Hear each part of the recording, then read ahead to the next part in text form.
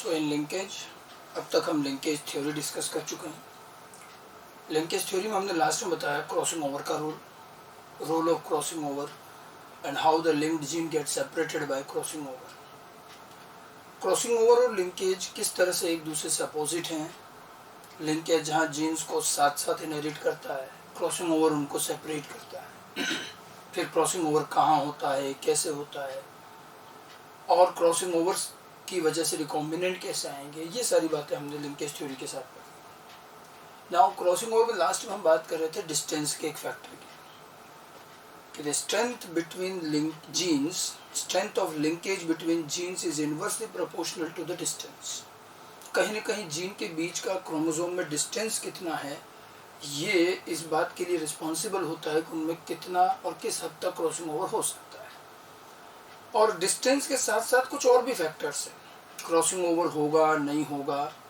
Actually linkage और crossing over में जो वेरिएबल यूनिट है वो क्रॉसिंग ओवर होगा नहीं होगा, कितना होगा, ये कोई पहले से प्री डिसाइडेड नहीं होता, ये रैंडम है और कई तरह के फैक्टर्स को गवर्न भी करते हैं। And according to the factors ये कई बार कम, कई बार ज़्यादा, किन्हीं दो जीन में ज़्यादा और किन्हीं दो जीन में कम भी हो सकता है। ठीक है, तो हमें अगले सेगमेंट में ये भी ध्यान रखना है कि कौन कौन से फैक्टर हैं जो क्रॉसिंग ओवर को अफेक्ट करते हैं। देखिए, जो फैक्टर क्रॉसिंग ओवर को इंक्रीज करेगा तो ऑब्वियस बात है वहाँ रिकॉम्बिनेंट ज़्यादा मिलेंगे, तो पेरेंटल कंपैरेटिवली कम। हालांकि देखिए, किसी भी सूरत में रिकॉम्बिनेंट पेरेंटल से ज़्यादा नहीं हो सकते। हमने ये भी कहा था कि crossing over is quite rare, और क्रॉसिंग ओवर अगर रेयर होगा तो रिकॉम्बिनेंट कम बनेंगे और हमेशा पेरेंटल लिंकेज ही ज़्यादा मिलेगा। क्रॉसिंग ओवर अपना पूरा जोर लगा दे, जिसको हम कहते हैं मैक्सिमम क्रॉसिंग ओवर, तो उस वक्त जाकर के 50% रिकॉम्बिनेशन बनता है।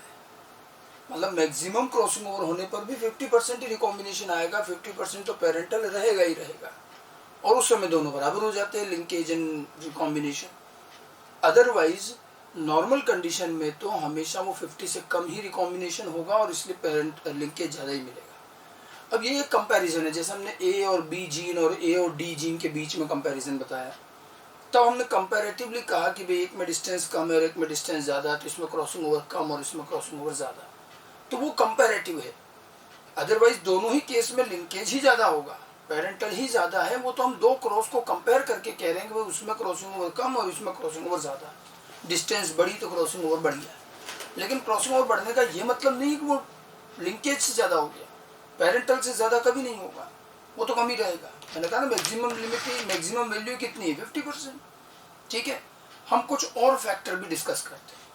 इन फैक्टर्स में भी हम हर जगह ये बताएंगे कि क्रॉसिंग ओवर बढ़ेगा या कम होगा।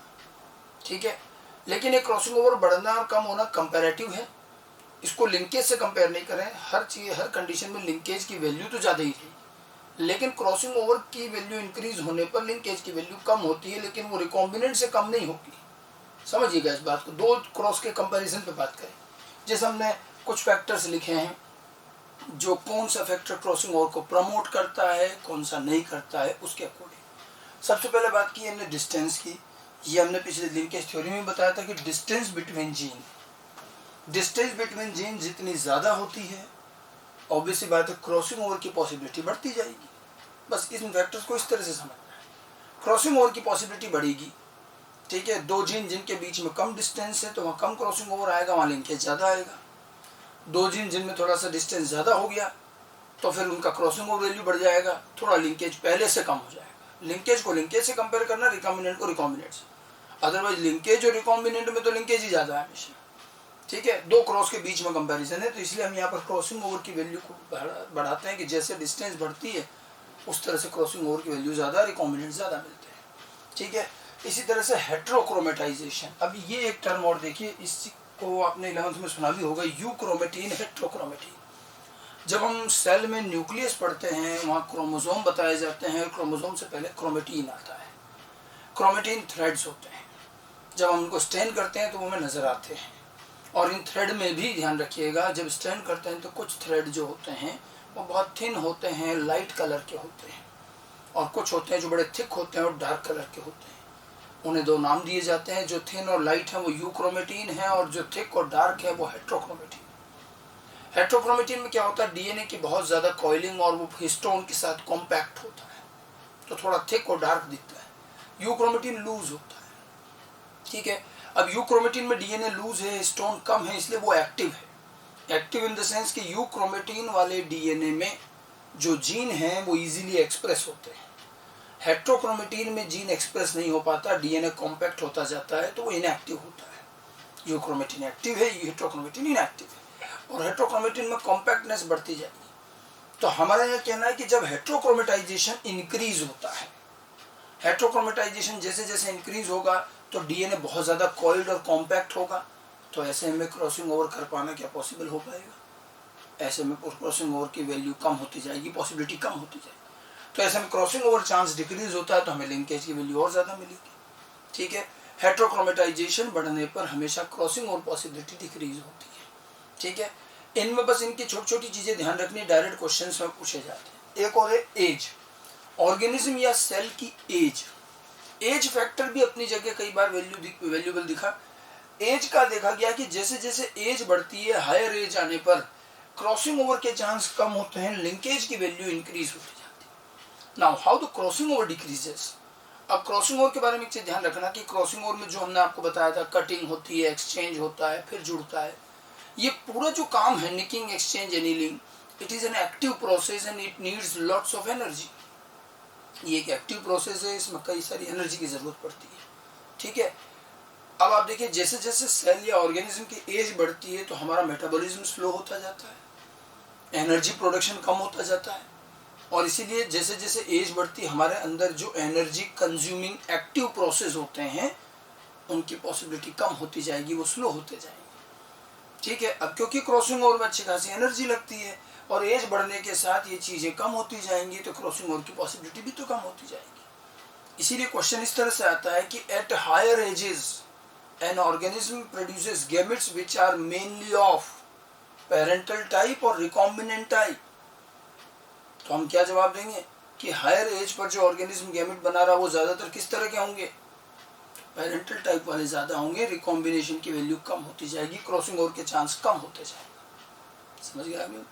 इसी तरह से कुछ और फैक्टर्स हैं जो डीएनए को अनस्टेबल करते हैं, डीएनए में ब्रेकेज प्रमोट करते हैं, वो भी जो है क्रॉसिंग ओवर को प्रमोट करेंगे। जो डीएनए को इजीली तोड़ रहा होगा तो उसमें तो क्रॉसिंग ओवर इजीली होगा। अब देखिए दो फैक्टर है, टेम्परेचर एंड एक्सरे। ये दोनों जो फैक्टर हैं ये जब भी ज़्यादा रहते हैं तो ये क्रॉसिंग ओवर को इंक्रीज करते हैं, क्योंकि ये डीएनए को अनस्टेबल करते हैं, डीएनए को ब्रेक करना ईजी होता है, इसलिए क्रॉसिंग ओवर के चांस बढ़ जाएंगे। तो ये दोनों जो हैं क्रॉसिंग ओवर की वैल्यू को बढ़ाएंगे, लिंकेज कम करेंगे। समझ में आई बात? तो ये अलग अलग तरह के फैक्टर्स हैं। लास्ट में एक फैक्टर है ऑर्गेनिज्म का मेल होना, फीमेल होना। ऑर्गेनिज्म का मेल फीमेल, हम जब मेल फीमेल को आपस में कंपैरिजन करें तो भी हमें डिफरेंस दिखेगा। अक्सर देखा गया कि मेल में रिकॉम्बिनेशन की वैल्यू कम रहती है, फीमेल में ज्यादा होती है। मेल में लिंकेज की वैल्यू फीमेल के कंपैरिजन में ज्यादा होती है। देखिए मेल में लिंकेज ज्यादा, क्रॉसिंग ओवर कम, इधर लिंकेज कम, क्रॉसिंग ओवर ज्यादा। ये क्यों कहा गया? मेल फीमेल का ये जो कंपैरिजन है ये बेसिकली केवल उनके सेक्स क्रोमोसोम को लेकर है। देखिए जब मियोसिस होता है तो हर क्रोमोसोम का पेयर बनेगा। अच्छा, ऑटोसोम की जहाँ तक बात है तो ऑटोसोम तो मेल में और फीमेल में दोनों में एक जैसे ही है, तो जितना क्रॉसिंग ओवर ऑटोसोम में हो रहा है वो तो मेल फीमेल दोनों में सेम हो रहा है, पॉसिबिलिटी सेम है। लेकिन सेक्स क्रोमोसोम की बात करें तो मेल के अंदर होता है XY और फीमेल में होता है XX। यहाँ डिफरेंस आएगा। एक्स और वाई मोर और लेस अलग अलग ही हैं, थोड़ा सा हिस्सा ही होमोलोगस है। तो एक्स और वाई में क्रॉसिंग ओवर के चांस नेग्लिजिबल है, ऑलमोस्ट जीरो है, जबकि एक्स तो पूरा होमोलोगस है, अच्छे भला क्रॉसिंग ओवर होगा। अब आप देखो फीमेल में सारे ऑटोसोम में तो क्रॉसिंग ओवर पॉसिबल है ही, एक्स क्रोमोसोम में भी है, जबकि मेल में ऑटोसोम में तो है लेकिन XY में नहीं है। तो ओवरऑल बात करें तो ओवरऑल फीमेल के अंदर क्रॉसिंग ओवर रिकॉम्बिनेशन वैल्यू बढ़ गई, वहाँ ऑटोसोम सेक्स क्रोमोसोम दोनों में हो रहा है और मेल में वो ऑटोसोम में ही हो रहा है। इसलिए हम कहते हैं कि मेल के कंपैरिजन में फीमेल में रिकॉम्बिनेशन की वैल्यू ज़्यादा रहेगी, मेल में कम होगी, उसी अकॉर्डिंग लिंकेज हो जाएगा। ठीक है, तो आपको ये कुछ फैक्टर्स ध्यान रखने हैं। उसमें जो सबसे मेन फैक्टर ये पहला वाला है डिस्टेंस, जीन के बीच की डिस्टेंस। बट ये ध्यान रखना जीन के बीच की डिस्टेंस न बढ़ती है न कम होती है, जो है वो फिक्स रहती है। हम कंपैरिजन करते हैं कि दो क्रॉस ले लिए, एक क्रॉस में जीन पास पास है, मान लो पास पास वाले जीन है, दूसरे क्रॉस में जीन दूर दूर वाले हैं, तब आपको डिस्टेंस का फैक्टर दिखेगा कि जो दूर दूर वाला है वो ज़्यादा रिकॉम्बिनेशन बनाता है, ठीक है। और बाकी जो दूसरे फैक्टर्स हैं वो क्रॉसिंग ओवर और लिंकेज की वैल्यू को इंक्रीज डिक्रीज करते हैं। तो एक तो ये फैक्टर्स ध्यान रखने हैं, ठीक है। तो लिंकेज थ्योरी में हमने लिंकेज क्या है, लिंकेज ग्रुप, लिंकेज का क्रॉसिंग ओवर से रिलेशन, ये सारी बातें पढ़ी। फिर हमने फैक्टर्स की बात करी कि कौन कौन सी चीज़ें हैं जो क्रॉसिंग और लिंकेज को अफेक्ट करती है। अब हम आते हैं आगे के पार्ट पर लिंकेज पर, वो है अरेंजमेंट। जैसे आपको कभी कहा जाता है कि जीन ए एंड बी या कोई भी दो जीन लिंक्ड हैं, तो सबसे पहली चीज़ हमारे दिमाग में क्या आनी चाहिए? जैसे हमें कहा जाता है कि ये दोनों जीन लिंक्ड हैं, इमीडिएटली दिमाग में आना चाहिए कि अच्छा इसका मतलब ये क्या है, ये सेम क्रोमोसोम। सबसे पहले लोकेशन दिमाग में लाइए, आदत डालिए। जैसे पढ़े कि हाँ ये जीन लिंक्ड है, मतलब अच्छा ये दोनों सेम क्रोमोसोम पर। और जब दो जीन सेम क्रोमोसोम पर हैं तो फिर उनको कैसे लिखें, कैसे अरेंज करें, क्या हाँ डोमिनेंट कहाँ रिसेसिव। अरेंजमेंट की बात आएगी जब दोनों जीन हेटेरोजाइगस हो। हम अगला सेगमेंट लेते हैं इसका, arrangement of linked genes. Arrangement of linked gene हमें हेटेरोजाइगस कंडीशन में चाहिए। जैसे suppose gene A and B are linked, ये आपको गिवन है, ए और बी लिंक्ड है और ये जीनोटाइप दे रखा है। अब ये तो पता है कि ए और बी लिंक्ड है, इसका मतलब ए और बी सेम क्रोमोसोम पर है, ठीक है। और ये जीनोटाइप दे दिया, दोनों जीन हेटेरोजाइगस है। Now arrange these genes on a chromosome. हमें ये तो पता है कि दोनों एक ही क्रोमोसोम पर है, लेकिन कैसे, डोमिनेंट कहाँ, रिसेसिव किसके साथ, ये चीज करना, इसको अरेंजमेंट। क्योंकि हम जब क्वेश्चन सॉल्व करेंगे तो हमें अरेंजमेंट देना पड़ेगा, अरेंजमेंट के अकॉर्डिंग ही रिजल्ट आएंगे, ठीक है। अब यहाँ देखिए, ये जो हमने जीनोटाइप लिखा, पहली बात तो क्या होता है, देखो इस चीज को आप समझिएगा। अगर मैं ऐसे जीनोटाइप लिखता हूँ तो ये मेरा जीनोटाइप लिखने का अब तरीका सही नहीं है। हम शुरू से इसी तरह से जीनोटाइप लिखते आ रहे हैं। ये जो हमारा मेथड होता है जीनोटाइप लिखने का, इसमें यूजुअली जीन असोर्टमेंट शो करते हैं। ये असोर्टमेंट का तरीका है लिखने का। क्या आप खुद देखिए, इन दोनों जीन को देख करके क्या आपको पता चल रहा है कि ये लिंक्ड है? बल्कि हमें ये लाइन लिखनी पड़ती है, साथ में बताना पड़ता है कि ये और भी लिंक्ड है, क्योंकि इसको देख के तो नहीं मालूम चल रहा है। लिंकेज का जीनोटाइप ऐसे नहीं लिखते, ये असोर्टमेंट का तरीका है। यही जीनोटाइप जब लिंकेज में लिखेंगे, अगर ये जीन लिंक्ड है तो विद अरेंजमेंट लिखना पड़ता है, और उनके जीनोटाइप लिखने का तरीका अलग है। हम लोग क्या, ये हमारी आदत पड़ी हुई है, हम शुरू से ऐसा ही लिख रहे थे, लिख दिया असोर्टमेंट तक ठीक है, क्योंकि ये जब जीनोटाइप दोगे तो ये लाइन भी लिखनी पड़ेगी। और अगर आप विद अरेंजमेंट अगर जीनोटाइप लिखोगे तो आपको बताने की भी जरूरत नहीं कि ये लिंक्ड है, दिखेगा सामने। अभी अगर दो जीन है और दोनों जीन अगर हेटेरोजाइगस कंडीशन में है, तो आप देखिए इसके दो पॉसिबल अरेंजमेंट बनेंगे। दो पॉसिबल अरेंजमेंट क्या बनेंगे, एक तो बनेगा capital A B small A B इस तरह से, और दूसरा जो होगा capital A small B capital B, ऐसे बनेगा। कुछ लोग कई बार क्वेश्चन में आपको कंफ्यूज करने के लिए इस तरह से भी दिया जाएगा, प्लस प्लस ए बी, और ये जो होगा ये प्लस बी प्लस ए, ऐसे दिया, ठीक है। प्लस बी प्लस ए लिख सकते हो, या भले प्लस बी ए प्लस का, और सही। अब आपको क्वेश्चन में इस चीज की काफी ये चीजें बहुत मिलेंगी। देखो ये जो जीनोटाइप लिखा ऑब्लिक करके लिख रखा है। ऑब्लिक करने का मतलब है कि ये दोनों जीन एक क्रोमोसोम पर है, ये दोनों एक क्रोमोसोम पर, ये होमोलोगस पेयर है, ठीक है भाई। ये दोनों एक सेम क्रोमोसोम पेयर भी तो होंगे, तो कैसे अरेंज होंगे? तो ये दो कंडीशन है। अब जैसे इसको हम अगर क्रोमोसोम की बात करें तो ये जैसे मान लो हमारा क्रोमोसोम है, तो ये क्या हुआ, capital A capital B small A small B, यही तो अरेंजमेंट हुआ। और इधर वाला ये अरेंजमेंट कैसे होगा, ये capital A small A capital B हो जाए। यहाँ दोनों डोमिनेंट साथ है, दो रिसेसिव साथ है, वहाँ एक डोमिनेंट एक रिसेसिव। तो अगर कोई दो जीन हेटेरोजाइगस हैं और दोनों लिंक्ड हैं, दोनों सेम क्रोमोसोम पर हैं, तो दो ही तरह से अरेंज हो सकते हैं। अब यहाँ एक और जीनोटाइप आप देख रहे हो, प्लस प्लस। ये सिस्टम मॉर्गन ने बनाया था। मॉर्गन ने एक जनरल सिंबल दिया था प्लस, और मॉर्गन का कहना था कि किसी भी जीन का वाइल्ड डोमिनेंट अलील, अनमोडिफाइड अलील, जो ओरिजिनल अनमोडिफाइड डोमिनेंट अलील है, उसको आप प्लस से लिख सकते हो। तो जब भी क्वेश्चन में आप प्लस देखो तो समझ जाएगा ये जीन का डोमिनेंट अलील है, जो जीन दे रखा उसका डोमिनेंट अलील। जैसे ये प्लस प्लस ए बी का मतलब क्या हुआ कि ये वाला प्लस तो ए का डोमिनेंट है, ये प्लस बी का डोमिनेंट है। और ये जनरल है, हर जीन के लिए डोमिनेंट अलील को प्लस से लिख सकते हो। तो जहां भी प्लस दिखो वहां डोमिनेंट अलील से रिप्लेस कर, बात वही हो जाएगी। जैसे प्लस प्लस ए बी लिखो या ए बी इस तरह, ये दोनों एक ही चीज। तो प्लस सिंबल से कंफ्यूज नहीं होना, ध्यान रखें, ठीक है। अब ये दो तरह के जीनोटाइप हो गए, सॉरी दो तरह के अरेंजमेंट। ये जो अरेंजमेंट होता है जहाँ दो डोमिनेंट एक पर दो रिसेसिव एक पर, ये अरेंजमेंट कहलाता है सिस अरेंजमेंट। इसको क्या कहेंगे? सिस। और ये वाला जो अरेंजमेंट होता है ये कहलाएगा ट्रांस अरेंजमेंट। सो लिंक्ड जीन दो तरह से अरेंजमेंट शो करेंगे, सिस एंड ट्रांस। आगे बात समझ में? सिस और ट्रांस का ये अरेंजमेंट हेट्रोजाइगस में ही चाहिए, होमोजाइगस में जरूरत ही नहीं। मान लो अगर यही जीन अभी होमोजाइगस होते ऐसे और ये दोनों जीन लिंक्ड हैं, तो इनको कैसे अरेंज करते? होमोजाइगस को अरेंज करना बड़ा इजी है। ये capital A capital B capital B, और कोई अरेंजमेंट ही नहीं। That's why we need arrangement in heterozygous only. Homozygous का तो एक ही पॉसिबल अरेंजमेंट है, उसमें कुछ भी नहीं चाहिए।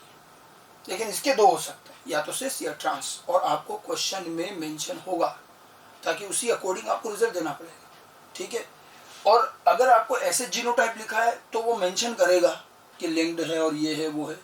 अगर जीनोटाइप इस तरह से दिए तो कभी क्वेश्चन में नहीं लिखा जाएगा कि linkage capital A capital B oblique small B या ऐसे लिखा है, तो ये लिखने का मतलब ही है कि जीन ए और बी लिंक्ड है, ये सेम क्रोमोसोम पर है। फिर अब कहने की जरूरत नहीं कि लिंकेज। ठीक है। अगर किसी क्वेश्चन में अरेंजमेंट गिवन नहीं हो तब क्या करना है? अगर अरेंजमेंट गिवन नहीं हो तो सिस अरेंजमेंट को अज्यूम करना है, क्योंकि सिस अरेंजमेंट को कहा जाता है original arrangement. This is called original arrangement. ये ओरिजिनल अरेंजमेंट है। अगर नथिंग कुछ भी नहीं गिवन है तो आप बाय डिफॉल्ट सिस अरेंजमेंट लेंगे, और अदरवाइज नहीं तो अरेंजमेंट गिवन होता है। ठीक है। और इन्हीं अरेंजमेंट के बेस पर ही हमारे रिजल्ट बदलेंगे। ठीक है। अब आप देखिए, अच्छा सिस और ट्रांस जो है, इन दोनों में ऐसा कोई बहुत अलग अलग भी नहीं है। ये आराम से सिस वाला ट्रांस में और ट्रांस वाला सिस में बदला जा सकता है। ये इंटर कन्वर्टेबल भी है। अगर जैसे सिस अरेंजमेंट है और आप इसमें क्रॉसिंग ओवर कर दो तो क्या हो जाएगा? ट्रांस, और ट्रांस वाले में क्रॉसिंग ओवर कर दो तो सिस। और जब हम अरेंजमेंट देखते हैं तब हमें समझ में आता है कि क्रॉसिंग ओवर का तो काम ही सिर्फ इतना है। मैंने पिछली बार भी बताया था, क्रॉसिंग ओवर नया करेक्टर नहीं बनाता, नए कॉम्बिनेशन बनाता है। और वो कॉम्बिनेशन कहाँ दिखेंगे? अरेंजमेंट में। सिस वाला है, क्रॉसिंग ओवर होगा तो ट्रांस, तो अरेंजमेंट बदल गया ना, तो नया कॉम्बिनेशन बना।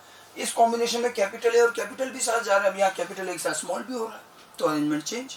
वास्तव में क्रॉसिंग ओवर सिर्फ अरेंजमेंट चेंज करता है और अरेंजमेंट के साथ ही रिकॉम्बिनेंट बन जाते हैं, नए कॉम्बिनेशन आ जाते हैं। ठीक है। तो ये अरेंजमेंट का चेंजेस किया जा सकता है, और ये चीज आपको ध्यान रखनी है। इसका फायदा क्या है?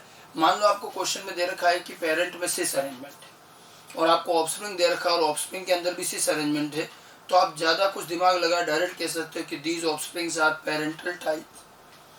क्यों? क्योंकि अगर जो अरेंजमेंट पेरेंट में है वही ऑफस्प्रिंग में भी है, तो इसका मतलब इस ऑफस्प्रिंग के बनने के दौरान क्रॉसिंग ओवर नहीं हुआ तो लिंकेज हुआ, पेरेंटल आएगा। और अगर ऑफस्प्रिंग पेरेंट्स में सिस अरेंजमेंट और ऑफस्प्रिंग ट्रांस वाला है तो कंफर्म बात है ये ऑफस्प्रिंग रिकॉम्बिनेंट हो गया, क्योंकि इस ऑफस्प्रिंग से बनने से पहले कहीं ना कहीं क्रॉसिंग ओवर हुआ, तभी तो अरेंजमेंट चेंज हुआ। तो ध्यान रखिए, पेरेंट और ऑफस्प्रिंग का अगर अरेंजमेंट सेम है मतलब वो पेरेंटल है, वहाँ लिंकेज चल रहा है। और पेरेंट और ऑफस्प्रिंग का अरेंजमेंट अगर रिवर्स है, इसका मतलब बीच में क्रॉसिंग ओवर हुआ और वो ऑफस्प्रिंग अब रिकॉम्बिनेंट है। ये छोटी छोटी बातें हैं जो आपको ध्यान रखनी है। ये सब चीजें हमें क्वेश्चंस में यूज होती हैं, वहाँ हमारा कंसेप्ट क्लियर रहना चाहिए। ठीक है। सिस और ट्रांस, और ये ध्यान रखें इस अरेंजमेंट का सीधा सीधा इफेक्ट हमारे रिजल्ट पर भी आता है। ठीक है। कौन सा अरेंजमेंट लेके लेंगे उसी अकॉर्डिंग हमें फाइनल रिजल्ट और रेशियो मिलेंगे। आपको एक छोटा सा एग्जांपल देते हैं। जो हमने लिंकेज शुरू किया था, तो याद कीजिए हमने बैटसन और पुनेट के दो क्रॉस किए थे, क्रॉस ए क्रॉस बी। उसके बेस पर बैटसन और पुनेट ने कपलिंग रिपल्शन की हाइपोथेसिस भी दी थी, याद है? ठीक है।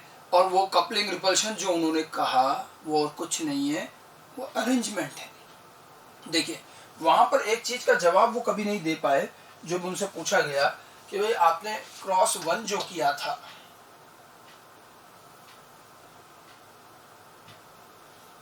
उनका जो क्रॉस 1 था, याद कीजिए उसके अंदर क्या था? F1 था, ये हेट्रोजाइगस, और इसका टेस्ट क्रॉस किया तो इसका क्या रेशो आया था? 1771। और जो सेकंड क्रॉस था उसके अंदर भी तो F1 तो यही था, और जब इसका सेम वही का वही टेस्ट क्रॉस किया तो यहाँ रेशो आया था 1771।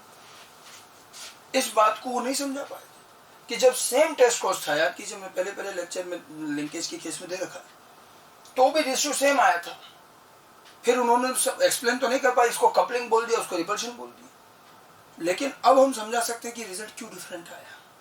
ये जो हम लिख रहे हैं F1, हम ये लिख ही गलत रहे हैं, इसलिए ये हमें एक जैसा दिख रहा है। ये है एक्चुअली लिंक्ड, ये दोनों जीन लिंक्ड हैं, सेम क्रोमोसोम पर हैं, ठीक है। और आप देखिए इनके पेरेंट क्या थे, इसके जब हमने पेरेंट लिए थे तो याद कीजिए हमने क्रॉस किया था capital A capital B small B small L, ये क्रॉस था। अब ये जीन लिंक्ड है, इनको क्रोमोसोम पर अरेंज करो, कैपिटल बी कैपिटल एल और ये स्मॉल बी स्मॉल एल। इससे जब F1 बना तो इस F1 में क्या आया, एक क्रोमोसोम तो आया ये कैपिटल बी कैपिटल एल और दूसरा इधर से आएगा स्मॉल बी स्मॉल एल। तो ये जो F1 था एक्चुअल में इसको कैसे लिखना चाहिए था हमें, capital B capital L oblique small B small L. ये चीज ऐसे होती है, ये देख लो क्रोमोसोम से दिख रहा है। और तब इसका रेशो जो भी आया, सॉरी इसका जो रेशो आया था, इसको सही कर लें, ये जो रेशो था ये था 7117, फर्स्ट वाले क्रॉस का 7117 रेशो था। अब आप देखिए ये F1 यहाँ भी ऐसे ही दिख रहा है, लेकिन इसमें रेशो चेंज हो गया। एक्चुअली हमने पेरेंट चेंज कर दिए थे, हमने पेरेंट क्या ले लिए थे दूसरे क्रॉस में, एक डोमिनेंट के साथ एक रिसेसिव। अब ये भी अगर लिंक्ड जीन है तो सेम क्रोमोसोम पर आएंगे, तो यहाँ अब कैपिटल बी के साथ स्मॉल एल आ रहा है और स्मॉल बी के साथ कैपिटल एल आ रहा है। तो इससे जो F1 बनेगा, इस F1 के पास क्या आया, capital B small L small B capital L. तो जो हम ये जीनोटाइप इस तरह से लिख रहे थे, ये आइडियली हमें लिखना चाहिए था इस तरह से। ये अगर हम प्रॉपर जीनोटाइप लिखते तो हमें डिफरेंस दिखता। यहाँ पर जो है ये है एक्चुअली सिस अरेंजमेंट, और अगर उसमें रेशियो 7117 आया तो ये F1 जो दिखे सही रहा, लेकिन इसमें रियल में कौन सा अरेंजमेंट है, ये ट्रांस अरेंजमेंट है। तो जब अगर सिस में ये रेशियो आएगा तो ट्रांस में वो कभी नहीं आएगा। ये जो रेशियो चेंज हुआ ये बेसिकली अरेंजमेंट बदलने से हुआ। तो बैटसन और पुनेट ने जिस चीज को कपलिंग रिपल्शन बोला था, ठीक है, बैटसन और पुनेट जो दो अलग अलग चीजें बता रहे थे, एक कपलिंग एक रिपल्शन, वास्तव में वो दोनों चीजें अरेंजमेंट थी और उससे ज्यादा कुछ नहीं था। जो जिसको उन्होंने कपलिंग कहा था वो एक्चुअली क्या है, सिस अरेंजमेंट। तो ये कपलिंग जिसको बोला गया था वो सिस अरेंजमेंट है, जिसको रिपल्शन कहा गया था वो एक्चुअली है ट्रांस अरेंजमेंट, ठीक है। सो कपलिंग रिपल्शन एक्चुअली में लिंक्ड जीन का अरेंजमेंट है, उससे ज्यादा कुछ नहीं। और अरेंजमेंट हमारे पास में कुल मिलाकर दो तरह के, ठीक है। और इस अरेंजमेंट को ध्यान रखिएगा कि जब अगर कपलिंग की बात करेंगे तो ये जो सिस अरेंजमेंट है इसी को अब हम और क्या कह सकते हैं, इसी को हम कपलिंग कह सकते हैं,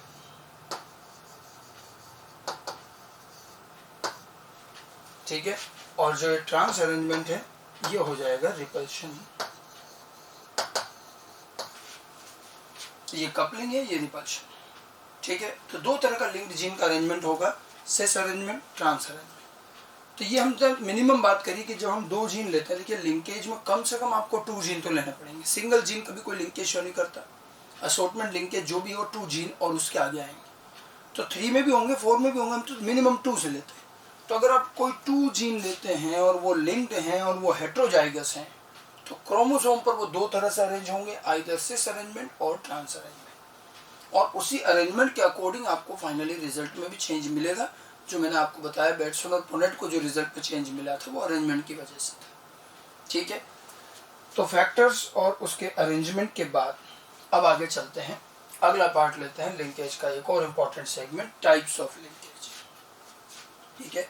लिंकेज को हम 2 पार्ट में डिवाइड कर सकते हैं। Linkage will be of 2 type, और ये 2 टाइप्स किस बेसिस पर है, on the basis of presence and absence of crossing over. Now any 2 gene, suppose A B जो भी है, हमने कोई 2 जीन अपनी स्टडी में लिए हैं, ए और B, they are present on same chromosome, उनका जो भी अरेंजमेंट है वो बता ही दिया मैंने। अब उन 2 जीन के बीच का लिंकेज 2 तरह का हो सकता है। Any linkage of any 2 gene might be complete, might be incomplete. ये उन दोनों जीन के बीच की क्रॉसिंग ओवर के बेस पर है।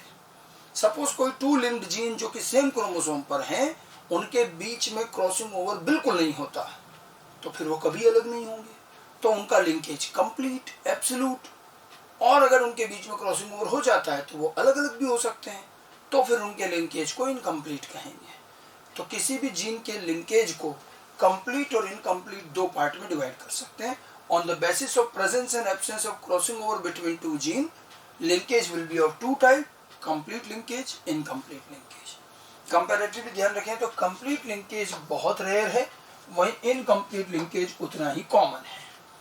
कंप्लीट लिंकेज का मीनिंग क्या है? Crossing over is totally absent in between any two gene.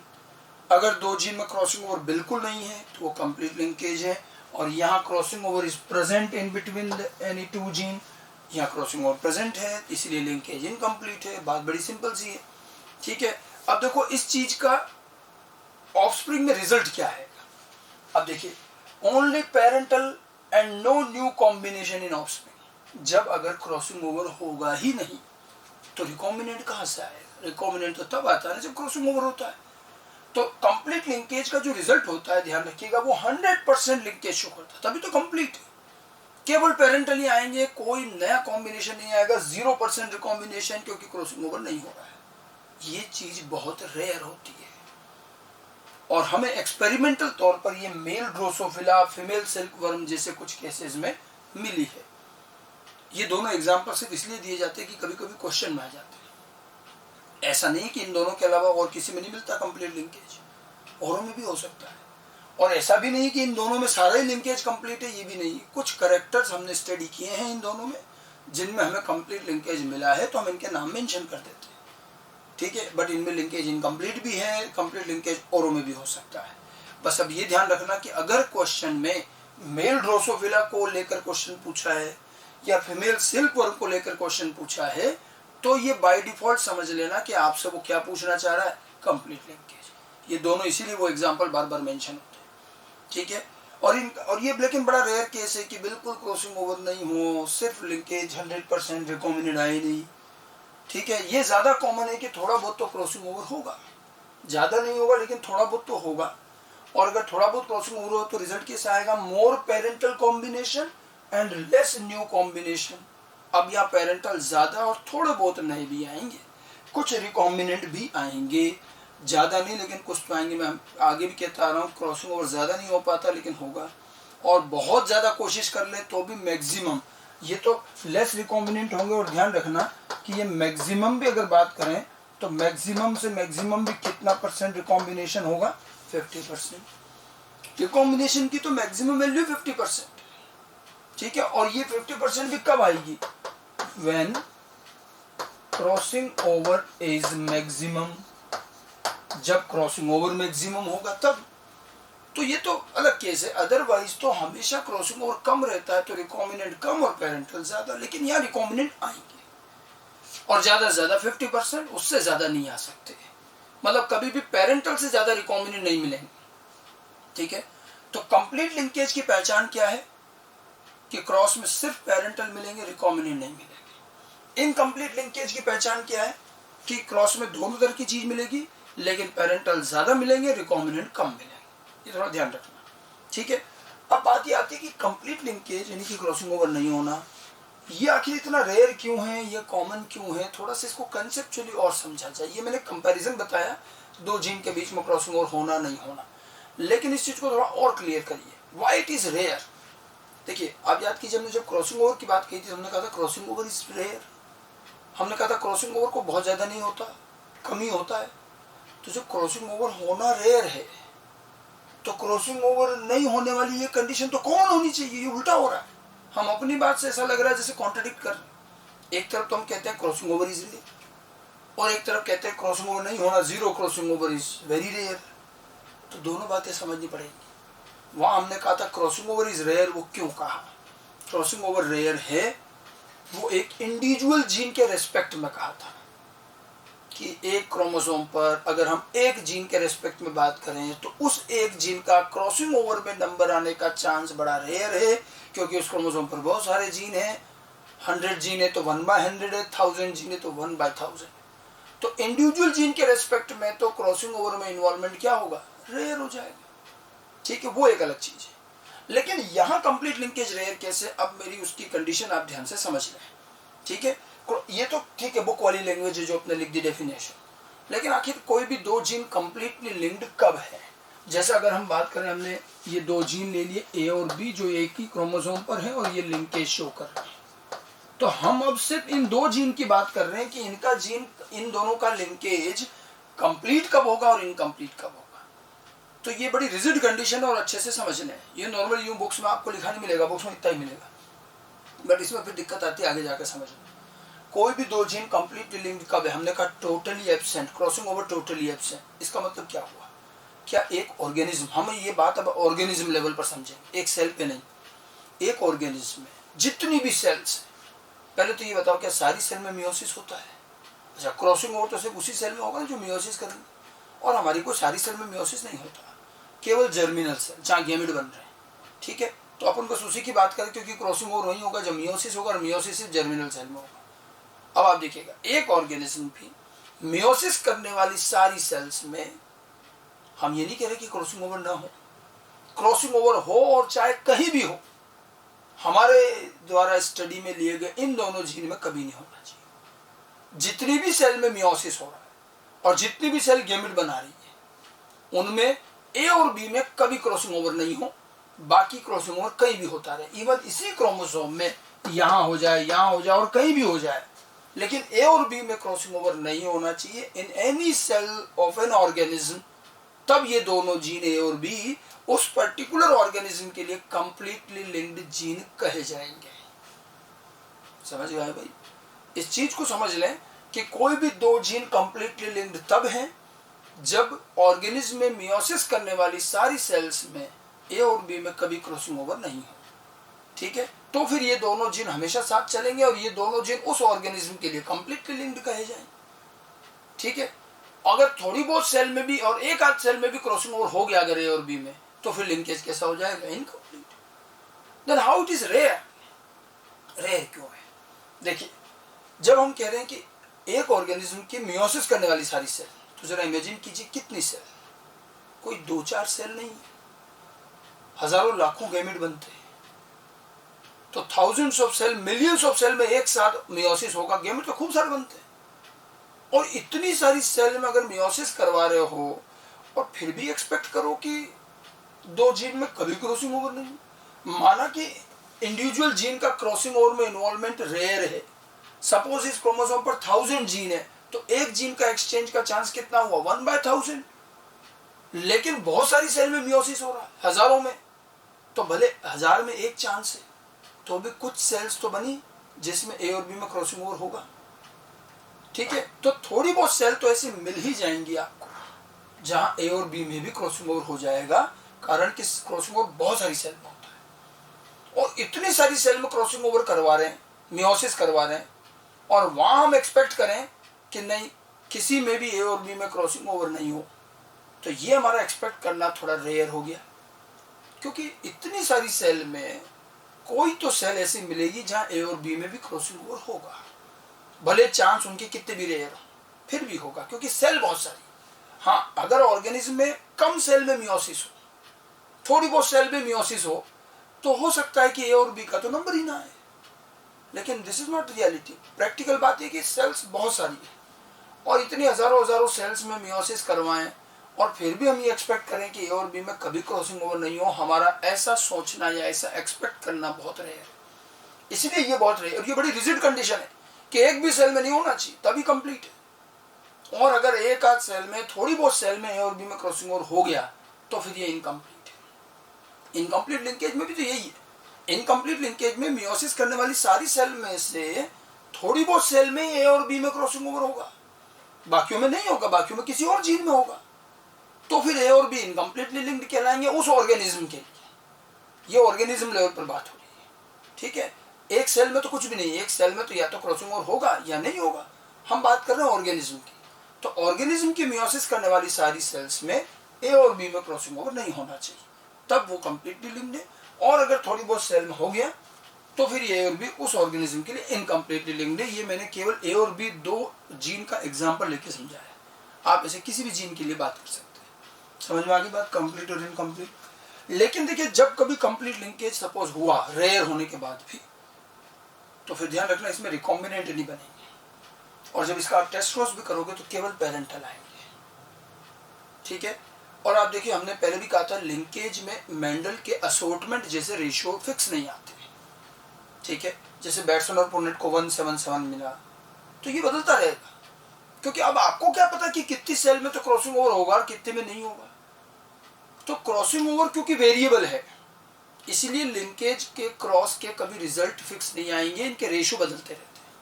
हम लिंकेज का कोई रेशियो नहीं दे पाते, हर बार बदल जाता है, ठीक है। लेकिन असॉर्टमेंट का फिक्स रहता है 9331 1111 टेस्ट क्रॉस। और ये जो रेशियो लिंकेज का वेरिएबल हुआ वो किसकी वजह से हुआ है? Crossing over. क्रॉसिंग ओवर ही तो कम ज्यादा पता ही नहीं चलता। लेकिन अगर क्रॉसिंग ओवर हो ही नहीं, जिसकी वजह से रिजल्ट में डिस्टर्बेंस आ रहा है, अगर वो हो ही नहीं, किसमें नहीं है? कंप्लीट लिंकेज, तब तो यहां पर भी क्रॉस के रिजल्ट कांस्टेंट आएंगे। अब एक बात ध्यान रखना, ये कहा जाता है कि लिंकेज में फिक्स रेशियो नहीं आते, मेंडेलियन असॉर्टमेंट में फिक्स रेशियो आते हैं। लेकिन अब ये भी ध्यान रखना कि लिंकेज में भी एक लिंकेज तो ऐसा है जहां रेशियो फिक्स आएंगे, मेंडल की तरह क्रॉस होगा, फिक्स रेशियो आएंगे, वो है कंप्लीट लिंकेज। क्योंकि यहाँ रेशियो डिस्टर्ब करने वाला, रिजल्ट डिस्टर्ब करने वाला क्रॉसिंग ओवर है ही नहीं। तो कंप्लीट लिंकेज का तो फिर भी क्रॉस होगा, ढंग से गैमेट भी बनेंगे, आप रेशियो भी निकाल सकते हो। इनकम्प्लीट का नहीं होगा, क्योंकि आपको क्या पता कितनी सेल में क्रॉसिंग ओवर हुआ, नहीं हो रहा है क्रॉसिंग ओवर किसी में भी, तब तो कैलकुलेट हो जाता है, ठीक है। तो ये ध्यान रखना, कंप्लीट लिंकेज तो बिल्कुल क्रॉस पर क्वेश्चन आएंगे कि दो जीन कंप्लीटली लिंक्ड हैं तो रेशियो बताओ। इनकम्प्लीट लिंकेज में कभी रेशियो नहीं पूछेगा, वहां क्वेश्चन अलग तरीके से आएंगे। तो एक कंपैरिजन ध्यान रखना। हम इसको जरा असॉर्टमेंट से भी कंपेयर करें। देखिए लिंकेज है या नहीं है, इसका इफेक्ट सबसे पहले तो गैमेट बनने पर ही आता है, मियोसिस की टाइम के बाद। मैंने देखो 3 चीजें लिख रखी, assortment, complete linkage, incomplete linkage. और ये 2 जीन ले लिए, ए और बी, हेटेरोजाइगस। हम इन दोनों जीन को लेकर के कंपेयर करें कि अगर इनमें असॉर्टमेंट हो तो क्या होगा, कंप्लीट लिंकेज हो तो क्या होगा, और इनकम्प्लीट लिंकेज होगा तो क्या होगा। तो थोड़ा क्लियर समझ में आया कि इन तीनों में रिलेशन क्या है। देखिए अगर ये असॉर्टमेंट है तो इनका जीन का अरेंजमेंट कैसे होगा। पहले सबसे पहले तो अरेंजमेंट की बात करें। असॉर्टमेंट का मतलब क्या हुआ कि ये दोनों, ये जीन एक पर और ये अलग अलग क्रोमोसोम पर, ए अलग बी अलग, तभी तो इंडिपेंडेंट असॉर्टमेंट होगा। और अगर ये लिंक्ड है तो चाहे कंप्लीट हो चाहे इनकम्प्लीट हो, होंगे ये एक ही क्रोमोसोम। ये बात तो समझ में, ये तो अरेंजमेंट है। अब इनमें गैमेट बनाने की बात करते हैं। तो इसमें जब गैमेट बनाते हैं असॉर्टमेंट में, तो यहाँ पर हम सीधा सीधा गैमेट का फॉर्मूला यूज करते हैं 2 to the power n। ये फॉर्मूला हमें बताएगा कि कितने गैमेट बनेंगे, 4। और फिर हम कहते हैं कि इस पेयर से एक, इस पेयर से एक ले लिया, तो इससे कुल मिलाकर के हमारे पास 4 टाइप के गैमेट बनेंगे। कौन कौन से बने? Capital A, capital B, capital A, small B, जो हम फॉर्क लाइन से भी बनाते आ रहे हैं वैसे बनेंगे। हर पे जो इस पेयर से भी एक लेना, इससे भी एक लेना है, तो आप कुल मिलाकर ये बनेंगे। Gametes are always pure. Gamete में होमोजाइगस हेटेरोजाइगस की वजह से बात ही नहीं होती, क्योंकि हर जीन, हर एलील एक ही कि ए एक ही है, बी एक ही है, तो ये तो प्योर के प्योर ही माने जाएंगे। तो यहाँ कितने टाइप की गैमेट बने? 4। और इनकी प्रोबेबिलिटी क्या रहेगी? सबकी 1/4 ईच, ठीक है। और जब हम इसका टेस्ट क्रॉस करते हैं तो टेस्ट क्रॉस का रेशो क्या आता है? क्योंकि चारों गैमेट ये 1:1:1:1:1। ये तो असॉर्टमेंट है जो हम ऑलरेडी पढ़ चुके हैं। अब आपको टेस्ट क्रॉस यहाँ पर बहुत काम आएगा। लिंकेज की स्टडी में तो टेस्ट क्रॉस ही चलता है सारा काम, तो टेस्ट क्रॉस बड़ा काम आता है, तो ध्यान रखिएगा यहाँ पर।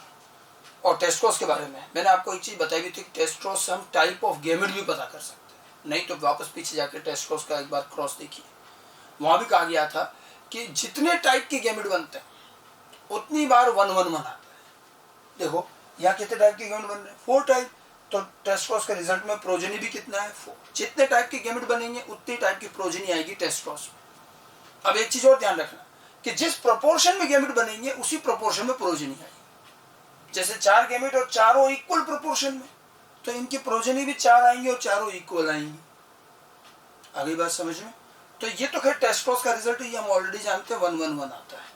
अब अगर हम बात करें कंप्लीट लिंकेज की, तो ये दोनों जीन अब एक ही क्रोमोसोम पर है। कंप्लीट लिंकेज है मतलब क्रॉसिंग ओवर एक भी सेल में नहीं हो रहा। तो ये ऑर्गेनिज्म जब गैमेट बनाएगा तो इसमें तो गैमेट 2 ही बनेंगे, capital A B and small A B. जैसे पेरेंट में थे ये 2 साथ, ये 2 साथ, वही आ गए।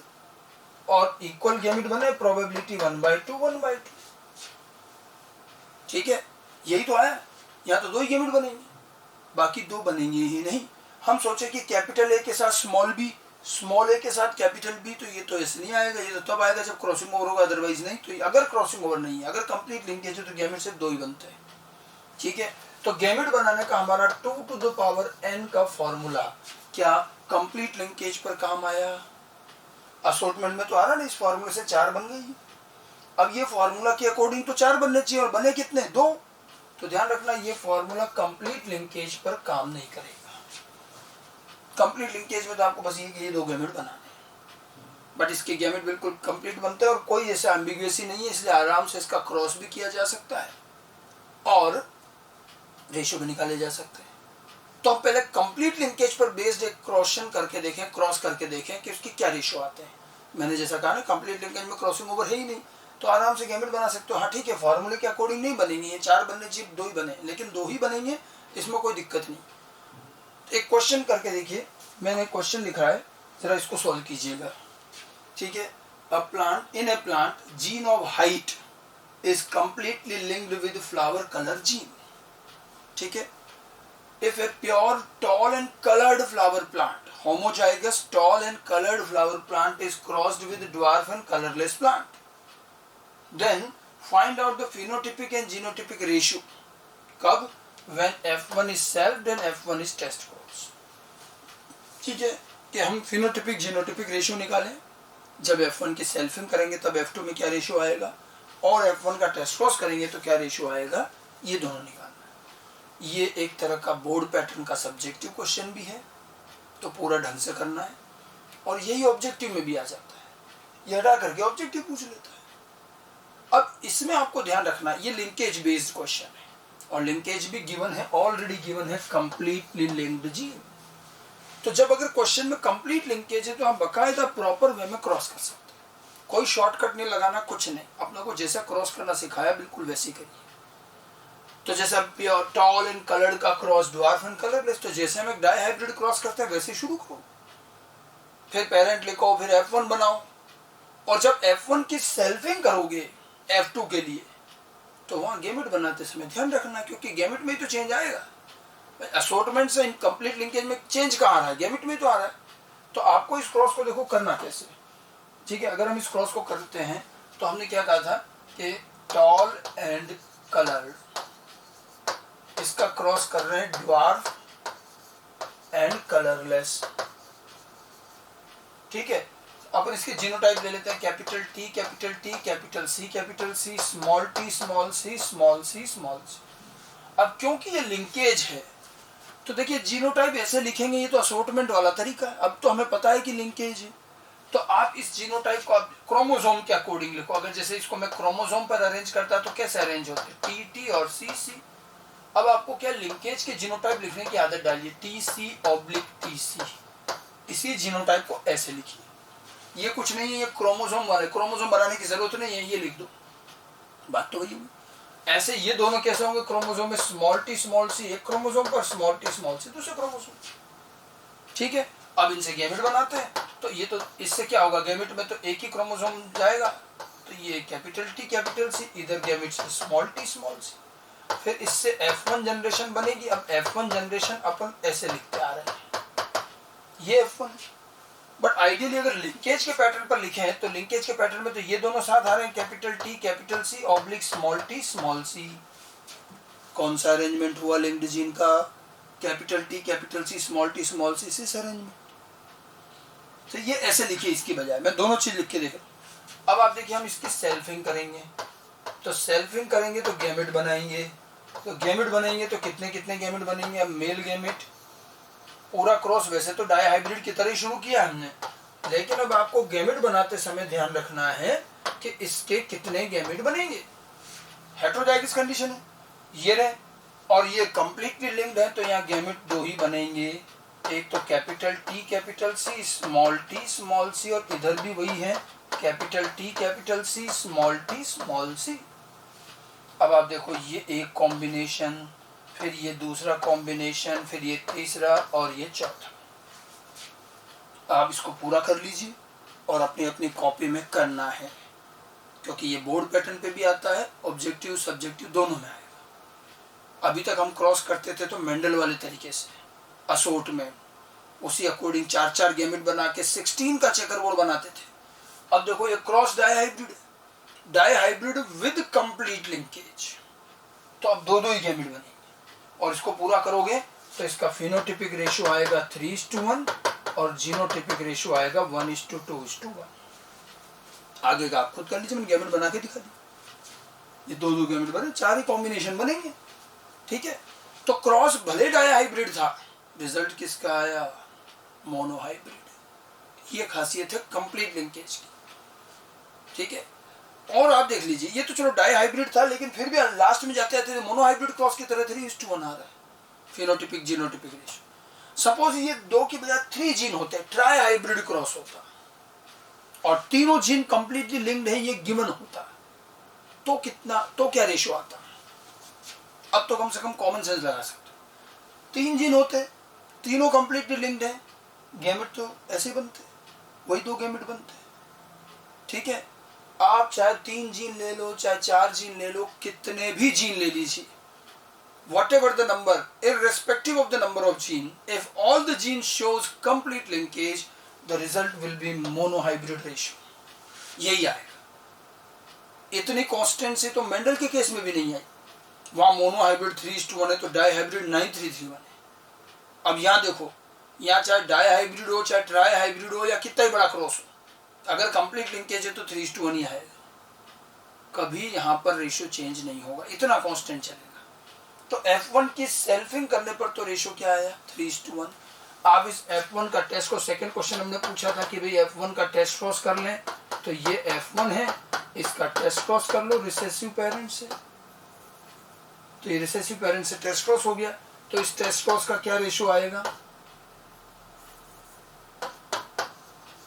अब यहां भी गैमेट बना लो, और क्या, इसके तो गैमेट वही बनेंगे 2 जैसे यहाँ बन ही रहे। ये 2 टाइप के गैमेट बनाएगा, capital T capital C small t small c, और इधर तो एक ही गैमेट बनेगा। तो ये वैसे ही 2 ही तरह की कॉम्बिनेशन बने, capital T capital C oblique small t small c, और ये small t small c oblique small t small c। तो रेशियो क्या आया? 1:1, ठीक है। टेस्ट क्रॉस का रेशियो 1:1, F1 की सेल्फिंग से F2 का रेशियो 3:1। सारे रिजल्ट मोनो हाइब्रिड क्रॉस की तरह आ रहे हैं, ठीक है। और यहाँ अपन ने देखा भी था, पहले यहाँ लिखा ही था मैंने कि जितने गैमेट बनते हैं और जिस प्रोपोर्शन में गैमेट बनते हैं टेस्ट क्रॉस में, तो वही रेशियो आता है। जैसे इधर हम बात करें तो इसका टेस्ट क्रॉस का क्या रेशियो रहा? यहाँ टेस्ट क्रॉस में रेशियो रहेगा 1:1, ये रहेगा कंप्लीट लिंकेज में, क्योंकि 2 गैमेट बने तो 2 ही टाइप के प्रोजेनी, दोनों गैमेट इक्वल बने तो 1:1 इक्वल प्रोपोर्शन। और ये हमने अभी यहाँ क्रॉस में देखा भी सही।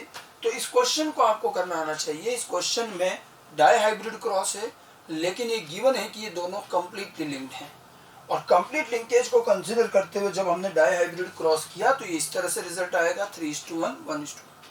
अब यहाँ पर जीन आप डाई की जगह ट्राई कर लो, टेट्रा कर लो, 3 जीन 4 जीन कितने भी कर लो, ध्यान रखना कंप्लीट लिंकेज है तो रेशियो यही आएंगे, हमेशा कांस्टेंट। तो इस पर क्वेश्चन आएगा, कंप्लीट लिंकेज का रेशियो पूछा जाएगा तो आप रेशियो बता सकते हैं, ठीक है। एक क्वेश्चन पैटर्न और आता है, आप देखिए एक और, जरा इसको करें, हालांकि दोनों रिलेटेड ही हैं। How many types of gametes are produced by an organism with this genotype if all the gene shows complete linkage, ठीक है। ये जीनोटाइप वाला कोई ऑर्गेनिज्म है, अब इसमें हमने 4 जीन दिखा रखे हैं, ये जीनोटाइप वाला कोई ऑर्गेनिज्म है, और आपको सिर्फ बताना how many types of gametes, कितने टाइप के गैमेट बनाएगा, कितने टाइप के पोलन ग्रेन बनाएगा, कुछ भी कह सकते हो। तो कितने टाइप के गैमेट बनाएगा और कौन कौन से बनाएगा निकाल सकते हो। अब ये सिर्फ गैमेट पे क्वेश्चन आया है विद कंप्लीट लिंकेज, अभी क्रॉस किया था अपन ने, अब सिर्फ कंप्लीट लिंकेज को ये कह रहा है चारों जीन में कंप्लीट लिंकेज है, कितने टाइप के गैमेट बनाएगा।